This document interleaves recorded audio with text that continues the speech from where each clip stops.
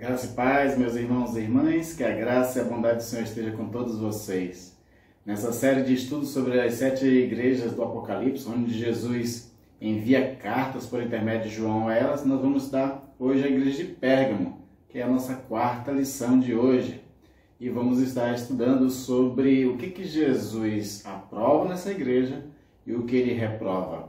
E o que essa igreja de 2000 anos atrás tem a nos ensinar hoje para a igreja do século 21.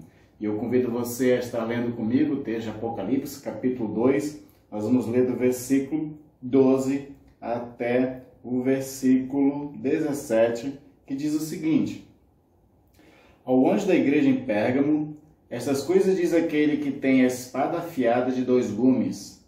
Conheço o lugar onde você mora, que é o lugar onde está o trono de Satanás. Sei que você conserva o meu nome e não negou a fé que tem em mim, mesmo nos dias de Antipas, minha testemunha, meu fiel, que foi morto na cidade de vocês, aí onde está Satanás. Tenho, porém, contra você algumas coisas. Estão aí em seu meio os que sustentam a doutrina de Balaão, o qual ensinava Balaque a armar ciladas diante dos filhos de Israel, para que comessem coisas sacrificadas aos ídolos e praticassem a prostituição. Além disso, estão também aí em seu meio os que seguem a doutrina dos nicolaítas. Portanto, arrependa-se, senão irei até aí sem demora e lutarei contra eles com a espada da minha boca. Quem tem ouvidos, ouça o que o Espírito diz às igrejas. Ao vencedor darei do maná escondido. Também lhe darei uma pedrinha branca. E sobre esta pedrinha, um novo nome escrito, o qual ninguém conhece, exceto aquele que o recebe. Vamos estar pedindo do Senhor a bênção dele sobre nossas vidas, para que o próprio Espírito seja aquele que nos conduza no estudo da sua palavra. Oremos. Pai amado e querido, te louvo e agradeço, ó Deus, pela rica semana, Senhor, que tu nos deste, pelas tuas bênçãos, ó Pai. Nesse momento, Senhor, que nós sentamos para ouvir a tua palavra, para estudar, Senhor, tuas sagradas escrituras, pedimos a Deus a luz do Espírito Santo. Que o próprio Espírito seja aquele, ó Deus, que, ao trazer luz, nos ensine as tuas verdades, nos ensine essas palavras maravilhosas e, Senhor, nos treine, nos capacite para manusear bem a palavra da verdade e para viver essa palavra também, Senhor. Assim te pedimos o auxílio, Senhor, em nome de Jesus. Amém. Amém. Para nós entendermos bem a mensagem que Jesus está dirigindo a esta igreja de Pérgamo, vamos compreender um pouco sobre a cidade de Pérgamo.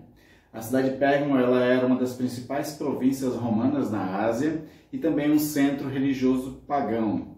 E ela tinha uma fama muito grande por conta de que nessa cidade foi criado o pergaminho. O pergaminho é aquele material antigo que era usado para se escrever.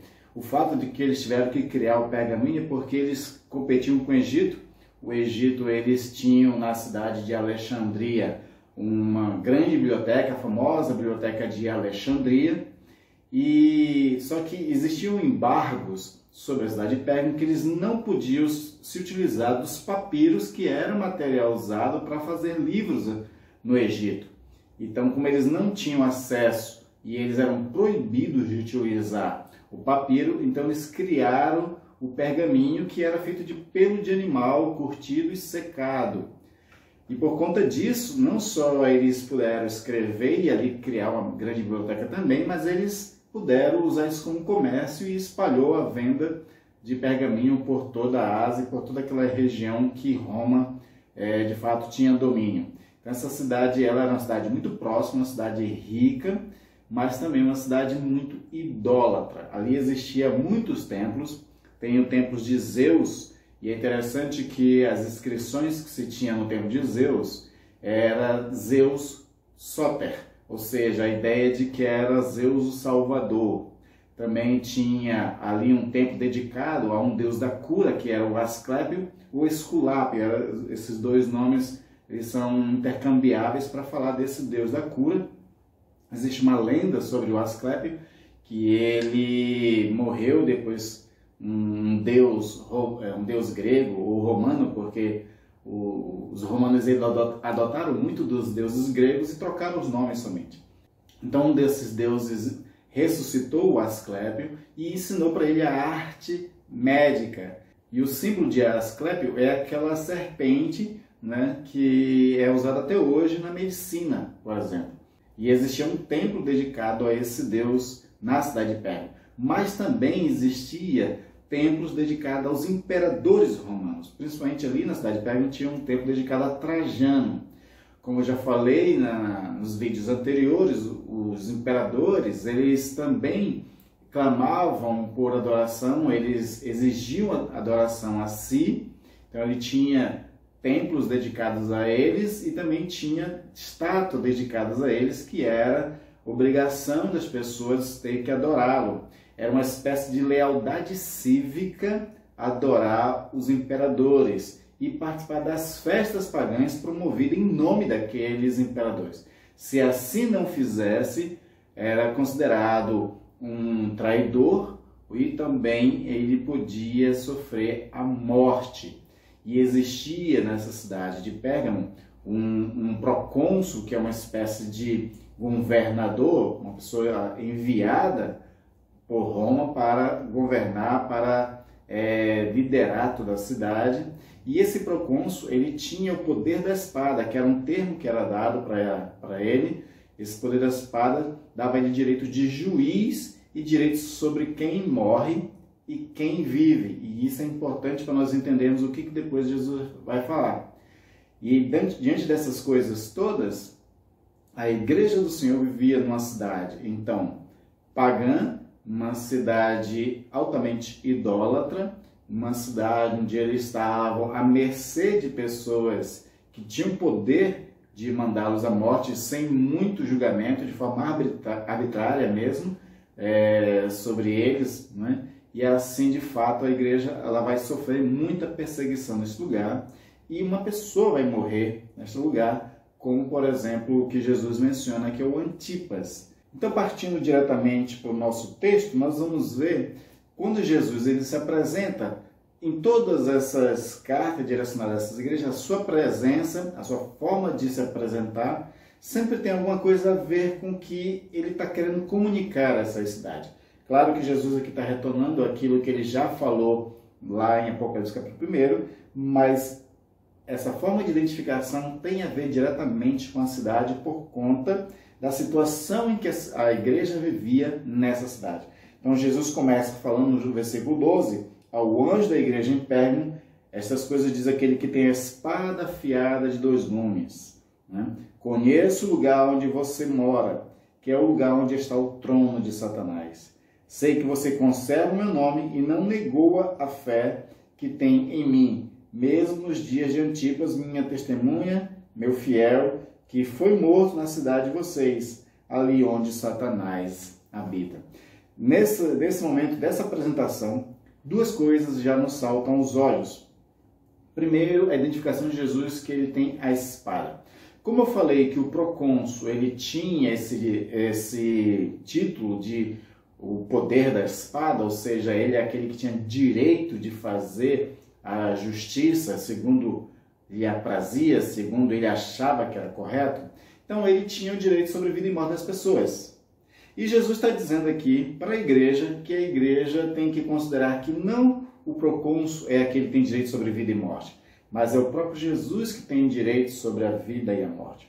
Jesus está querendo deixar claro que é ele que tem, de fato, a espada que vai determinar quem vive e quem morre.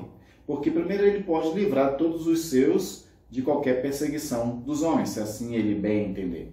Mas tem alguma coisa mais importante sobre isso. Em outro momento, Jesus diz nos seus evangelhos, diz assim, temam não aquele que pode matar o corpo, temam aquele que pode matar a alma e lançá-los no fogo do inferno. Então Jesus está dizendo aqui que a verdadeira vida e a verdadeira morte está sob o seu poder.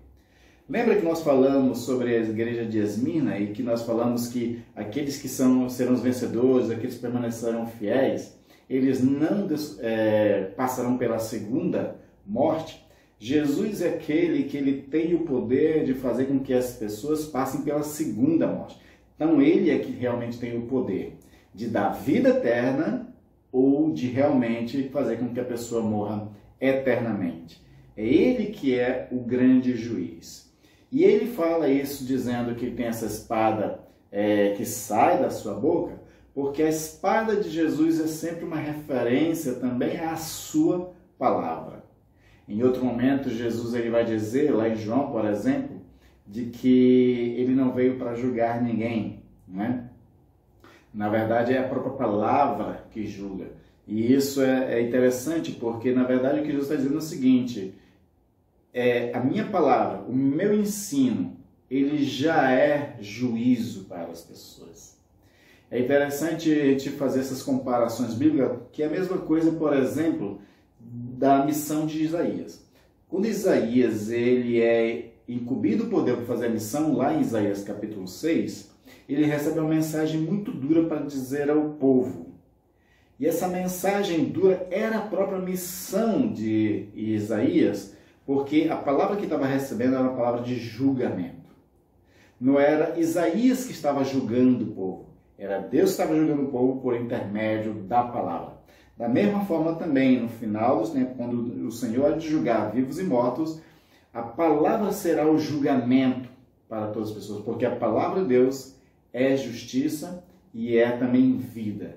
Justiça para aqueles que não obedeceram a palavra, que não se converteram a Jesus Cristo, e vida para todos aqueles que por Cristo Jesus foi salvo. Aqueles que creram em Jesus Cristo usufruem da justificação do justificador que é Jesus Cristo. Então essa questão é muito interessante, pegar essa palavra sobre a espada aqui que Jesus tem como o verdadeiro poder sobre a vida e sobre a morte, né? É na palavra de Deus que está o poder da vida e da morte. É por ela que todos seremos julgados, mas é por ela também, principalmente, que nós recebemos vida, né? Quando nós cremos nessa palavra e vivemos por essa palavra, nós ganhamos aquilo que não é só uma vida biológica, mas é a vida espiritual e a vida eterna em Cristo Jesus. Então a igreja de Pérgamo tinha que entender que não era o procônsul que tinha de fato o poder sobre a vida e da morte. E de fato, a primeira espiritualidade, como eu já falei em vídeos anteriores, da igreja cristã, dessa primeira igreja cristã, era o testemunho do Senhor, né? Testemunhar, a palavra testemunho no original grego quer dizer martírio. Então a morte era a primeira forma de espiritualidade, porque as pessoas, quando elas morriam pelo nome de Cristo, por estar fazendo a obra do Senhor, elas estavam testemunhando e sendo fiel ao Senhor. Elas tinham prazer em permanecer fiel ao Senhor até na morte, como nós vimos também no estudo sobre a igreja de Esmirna. E sabendo disso, de que eles podiam passar pela morte física, eles se alegravam porque o Senhor dava a vida para eles eterna. Então não era o procônsul que assustava o povo e nem deveria assustar o povo. Da mesma forma como os cristãos hoje também não tem que temer, não é? Qualquer pessoa que pode matar o corpo, mas não pode matar a nossa alma, e não pode tirar a nossa eternidade que já está conquistada em Cristo Jesus. Então Jesus ele primeiro se identifica com isso para ensinar essa igreja e tirar dela todo temor, qualquer medo que houvesse, principalmente diante da perseguição religiosa que existia. Porque essa cidade onde a igreja do Senhor está, como o Senhor diz, eu conheço o lugar onde você mora, o lugar que você habita. Nessa cidade também está Satanás. Nessa cidade tem o trono de Satanás, como o texto está dizendo.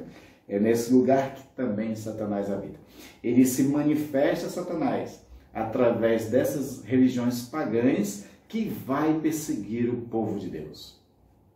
Essas religiões pagãs, elas perseguem o Senhor em todos os tempos, né? E é interessante os símbolos que estão presentes aqui, né? Você tem, por exemplo, como eu falei, nessa cidade, você tem um templo dedicado a Asclépio, o Esculápio, que é o deus da cura, e que tem como principal símbolo a serpente. E a serpente, que é Satanás, né, é a perseguidora do Senhor sempre. Você vai mais para frente, em Apocalipse, vai falar dessa serpente que persegue a igreja do Senhor sempre, a serpente que é acusadora, a serpente que é aquela que engana sempre o povo de Deus. Então a igreja de Pérgamo não podia se deixar levar pelos enganos, pelo engodo de Satanás, não podia se deixar levar pelo mal que essa serpente faz, porque essa serpente, ela pode até ferir o calcanhar, mas Jesus Cristo feriu a cabeça de Satanás na cruz do Calvário, e essa serpente também ela está já destinada a ser exterminada na vinda do nosso Senhor Jesus Cristo.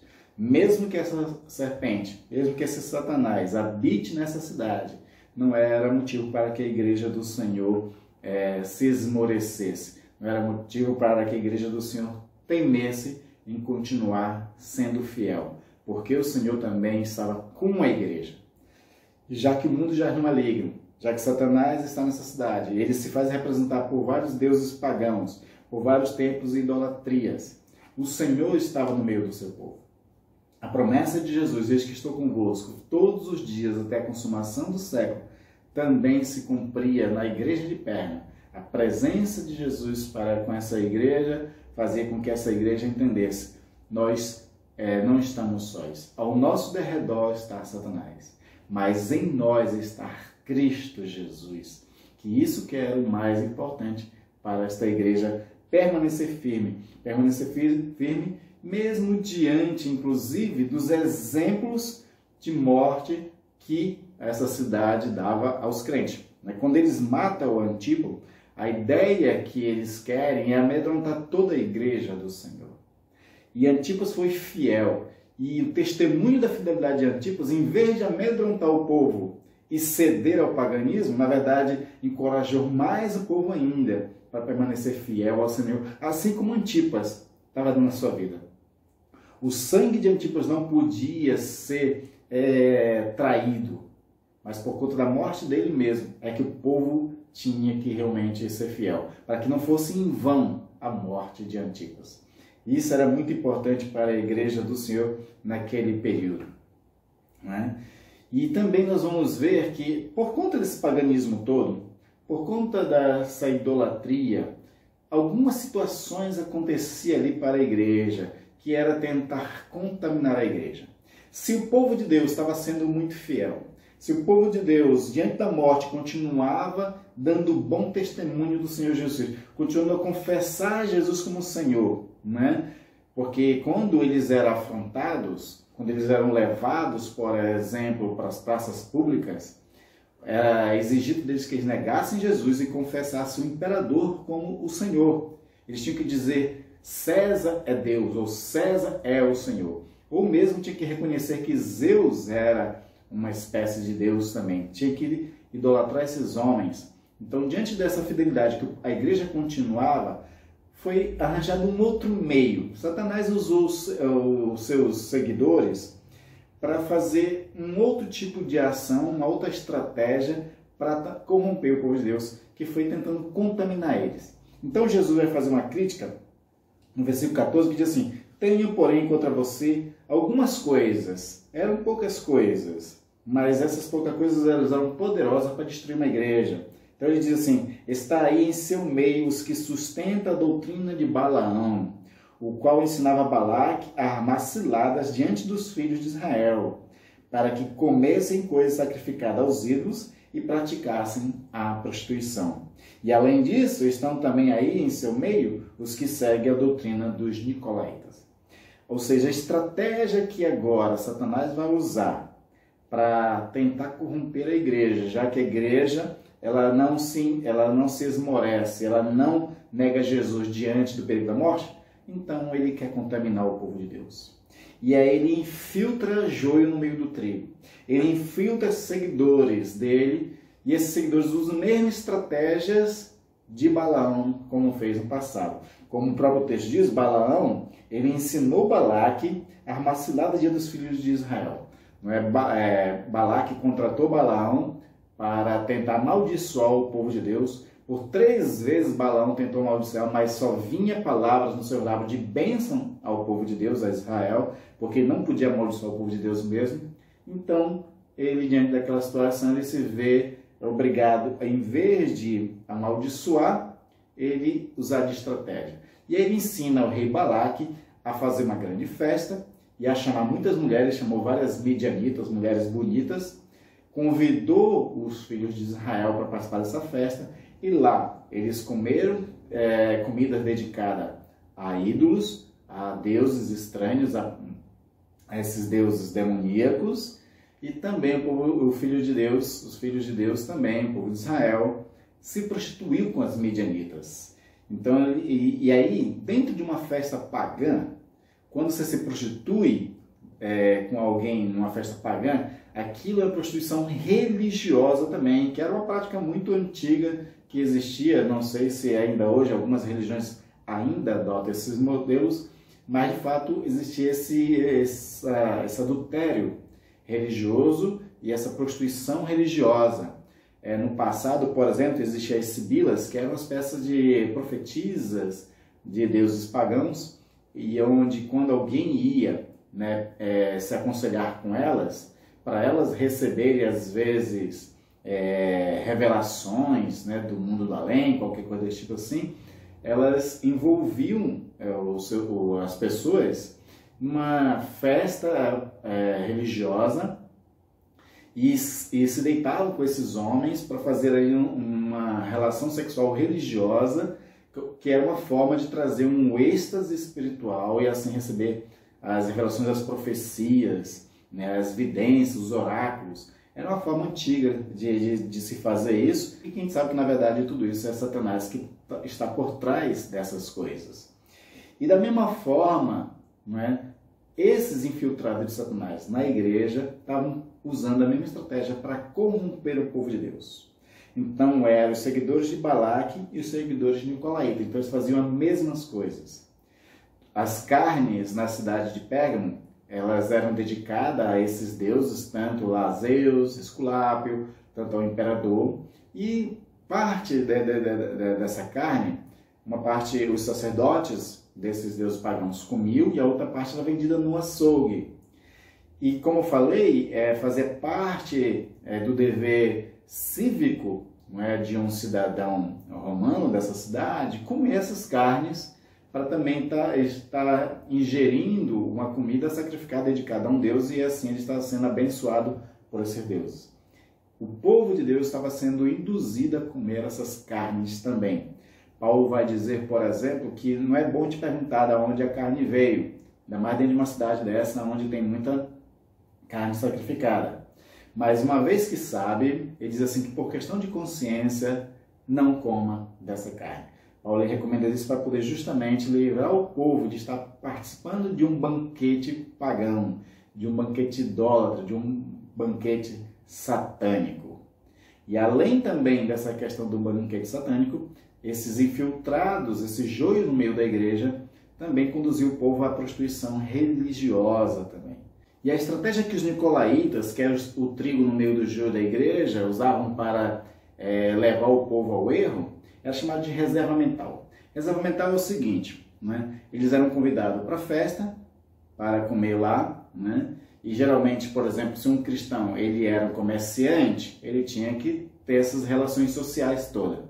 E aí na reserva mental que era usada era o seguinte, os nicolaítas diziam, vamos lá, a gente participa da festa, come aquelas coisas, mas no fundo, lá no seu coração, você está adorando a Deus, você não está fazendo aquilo para Zeus, para adorar a Trajano, nem qualquer outro imperador, nem a Esculápio.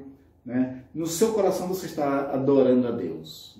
Isso é a ideia de reserva mental. Só que, na verdade, isso fazia com que houvesse um relaxamento espiritual, uma frouxidão moral, porque também muitos desses nicolaítas se deitavam com outras mulheres para essa prostituição religiosa. Então, na verdade, o que eles estavam fazendo era se contaminando mesmo.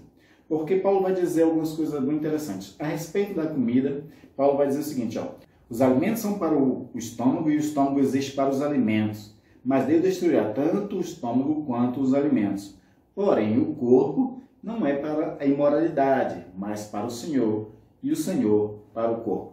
Paulo, na continuidade desse texto, ele vai dizer que quando a pessoa se prostitui, ele está contaminando o próprio corpo.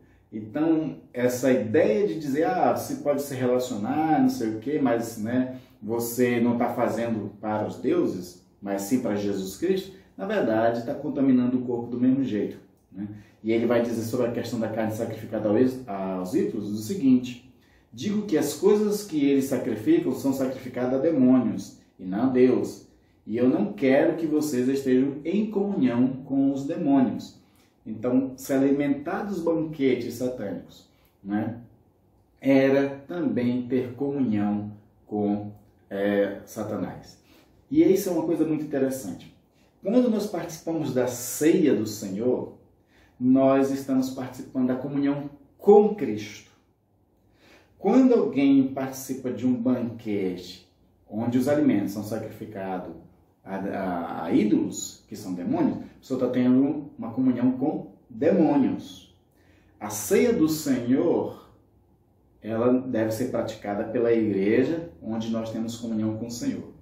A ceia para os demônios é para ter comunhão com o demônio. Então é muito claro que eles tivessem essa mentalidade de que eles, como igreja do Senhor, para ter comunhão com o Senhor, eles têm que participar da ceia do Senhor e não da ceia ou do banquete dedicado a esses deuses pagãos. Né?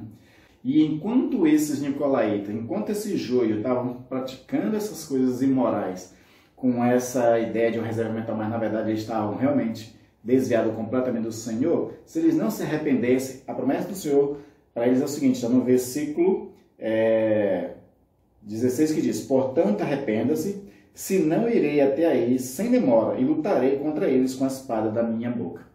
Ou seja, se vocês querem participar das festas, dos banquetes, da prostituição religiosa, essas coisas todas, para ficar bem à vista do procônsul, que tem o poder da espada de matar ou de deixar em vida, eu mesmo vou até aí se você não se arrepender. E não será uma espada humana, será uma espada afiada, que é a minha palavra. E essa espada, ela tem poder de vida, mas tem poder também de morte, como nós já falamos. Então Jesus está vindo diretamente contra essas pessoas se elas não se arrependessem. Por outro lado, se o povo de Deus e a igreja permanecessem fiéis ao Senhor, ele diz no versículo 17: quem tem ouvidos, ouça o que os diz as igrejas. Ao vencedor darei do maná escondido. Né? A proposta de Jesus: permaneçam fiéis. Não participe dos banquetes. Não participe das festas. Não fiquem querendo ter uma vida social e bom relacionamento com o Estado romano. Né? Se preocupem primeiro em ser fiel a mim.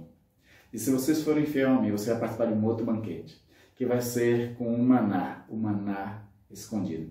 Essa ideia de maná escondido é bem interessante, porque quando Deus ele fez aquele milagre de mandar maná, né, para o povo de Israel toda manhã para que o povo comesse, o Senhor dá uma ordem a Moisés que ele pegasse um punhado desse maná, colocasse num vaso e escondesse dentro da arca. E nós sabemos que a arca do Senhor ela peregrinou por muitos anos e por muitos lugares. Mas quando houve aquela perseguição, na verdade, quando houve a invasão babilônica e a destruição do templo, né, desde então a arca do Senhor está perdida.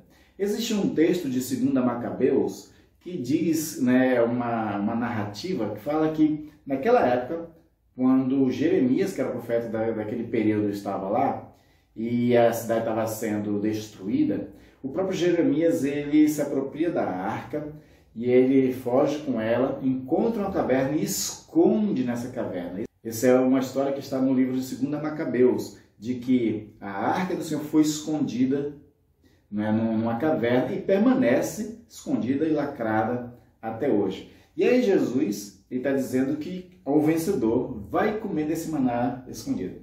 Nós sabemos através do Novo Testamento que o maná é o próprio Jesus. Jesus ele diz em João, quando ele está tendo uma discussão com os fariseus, ele diz que ele mesmo é o pão que desceu do céu. Ele mesmo é o alimento espiritual. Ele é o maná de Deus. E sendo Jesus o maná de Deus, sendo Jesus o pão, ele é o pão da vida. aquele que dele comer jamais morrerá e permanecerá para sempre. É Ele que alimenta espiritualmente o seu povo, é Ele que fortalece o povo, é Ele que anima o seu povo, né? Então, Jesus está dando isso como promessa para aquele que permanecer fiel a Ele. E outra promessa também ainda aqui, também lhe darei uma pedrinha branca. E sobre essa pedrinha um novo nome, escrito o qual ninguém conhece, exceto aquele que o recebe. Existe nos muitos comentaristas da Bíblia muitas propostas do que seria essa pedrinha branca. E todas elas são especulativas, a gente realmente não tem muitos referenciais sobre essa questão de uma pedrinha branca, né? Ouviu, por exemplo, um arqueólogo chegar a dizer que em algumas cidades romanas, quando uma criança nascia, o pai trazia para ela uma pedrinha e ali o nome que a criança ia ter. Mas isso foi só uma pessoa que eu vi falando sobre isso, não tem nenhum outro livro de história falando sobre essa questão, a gente não sabe se de fato está se referindo a isso. Mas o que a gente pode se referir é à luz da própria palavra, né? Quando, por exemplo, Moisés está recebendo de Deus toda a instrução para organizar o tabernáculo, organizar o sacerdócio e também os utensílios do tabernáculo e os utensílios dos sacerdotes, ele recebe uma recomendação do Senhor de que ele fizesse um peitoral para a roupa sacerdotal e que tivesse 12 pedrinhas. E cada pedrinha daquela era uma referência a uma das tribos de Israel, né? Cada pedrinha tinha uma cor e cada pedra dessa era uma referência às tribos de Israel. Mais tarde, quando também Josué ele atravessa o Rio Jordão, no meio da travessia, ele recomenda que as pessoas tirem 12 pedras dali, daquele lugar onde estão atravessando no Rio Jordão, e essas 12 pedras para se referir também às 12 tribos de Israel. Ele faz um altar com essas 12 pedras, referência a cada tribo de Israel, para adorar ao Senhor, né? E também tem a outra referência bíblica, que Jesus é a pedra angular, é a pedra realmente que está construído todo o edifício espiritual que é a igreja do Senhor. Então a Bíblia fala sobre essas pedras, e a referência de que ela é uma pedra branca traz a ideia de que ela branca, é um símbolo sobre santidade, sobre pureza. Então a pedra ela é um elemento duro, é um elemento imperecível e que está ali com essa simbologia de uma santidade. Serão todos aqueles que permanecerem fiéis a Jesus, serão assim, eles serão firmes, imperecíveis, porque o nosso corpo perecível, como Paulo diz em 1 Coríntios capítulo 15, esse corpo perecível ele vai se desfazer e nós receberemos um outro corpo espiritual imperecível e completamente santos que nós seremos. E nessa pedrinha que é simbólica aí que o Senhor vai dar, também está escrito um novo nome. E essa ideia de novo nome é interessante porque toda vez que o Senhor queria transformar a vida de alguém, mudava o nome dessa pessoa. Deus mudou o nome de Abraão, né? Era Abrão, mudou para Abraão. O nome de Sarai e mudou para Sara. E essas mudanças de nome era para fazer uma referência titular ao que essas pessoas seriam. Isso que é interessante. Então você vai ter mudança de nome, por exemplo, do próprio Pedro, que era Simão, e aí recebe o nome de Cefas, que é Pedro, pedra, né, para ser uma pessoa mais firme, por conta de que a ideia é que Pedro ele era uma pessoa muito inconstante. E aí quando o Senhor dá esse nome de Cefas, de Pedro, para ele para ser uma pessoa mais firme, mais constante, né? Então essa ideia de um novo nome tem uma referência à mudança, uma transformação de personalidade mesmo até, né? Então aquilo que nós somos hoje, ela vai receber uma transformação na nossa glorificação e nós seremos um novo homem totalmente agora. Novo homem, nova mulher totalmente. E agora com caráter firme, um caráter santo, um caráter que não vacila mais diante de Deus. Então essas são as promessas que o Senhor faz. Quando a gente pensa sobre essa mensagem que Jesus está dando a essa igreja de Pérgamo, o que mais ficou premente aqui é essa ideia de que a igreja estava tentando ser conduzida a afrouxar os laços de fidelidade para com o Senhor, de afrouxar sua moralidade, em vista de tentar ficar de bem com a sociedade, ficar de bem principalmente com o procônsul, né, com esses imperadores romanos, para eles não sofrerem a morte, né? E o que nós pensamos a respeito de hoje é justamente a mesma coisa. A Igreja do Senhor, Satanás ele envia João no meio da Igreja do Senhor para tentar também corromper a Igreja do Senhor, para que ela afrouxe as suas doutrinas, afrouxe a sua moralidade, em prol de tentar ser mais benquisto pela sociedade, de ganhar favores da sociedade, ganhar favores inclusive políticos. Nós sabemos, né, eu não quero apontar nomes de igrejas aqui, mas nós sabemos que existem muitas igrejas que fazem acordos políticos e ela cede para esses políticos espaço no seu púlpito, afrouxa sua mensagem, porque, por exemplo, uma igreja que faz acordo político com um político, apoia um político, ela cega para a corrupção desse político.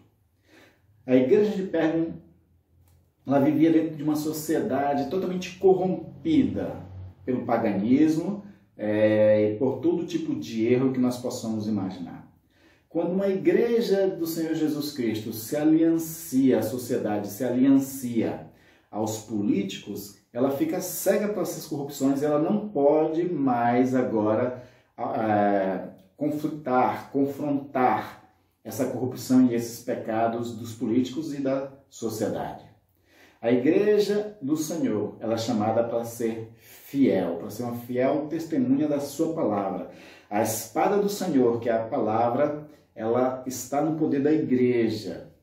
E essa palavra tem que ser pregada, acusando tudo aquilo que está de errado.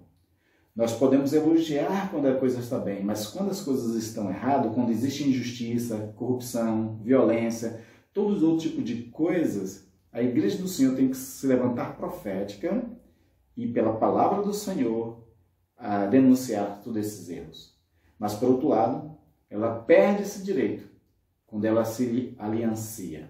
Assim como a Igreja de Pérgamo, nós temos que aprender que não podemos sentar no banquete nem participar da prostituição deste mundo. Porque nós temos um rei que está no nosso trono. Não é Satanás que reina na igreja, é Jesus Cristo que reina. Satanás ele pode reinar no mundo, mas Cristo reina na igreja. E a igreja que tem Cristo como rei não pode dar as mãos, se associar e participar das corrupções, que são os banquetes e as prostituições deste mundo corrompido. Igreja do Senhor, seja fiel, permaneça fiel a Jesus e à sua palavra, para que você possa participar de banquetes espirituais e receber a pedra que tem o seu novo nome, que só você vai conhecer na vida de Cristo Jesus, nosso Senhor. Que Deus abençoe a sua vida. Eu espero você para o nosso próximo vídeo.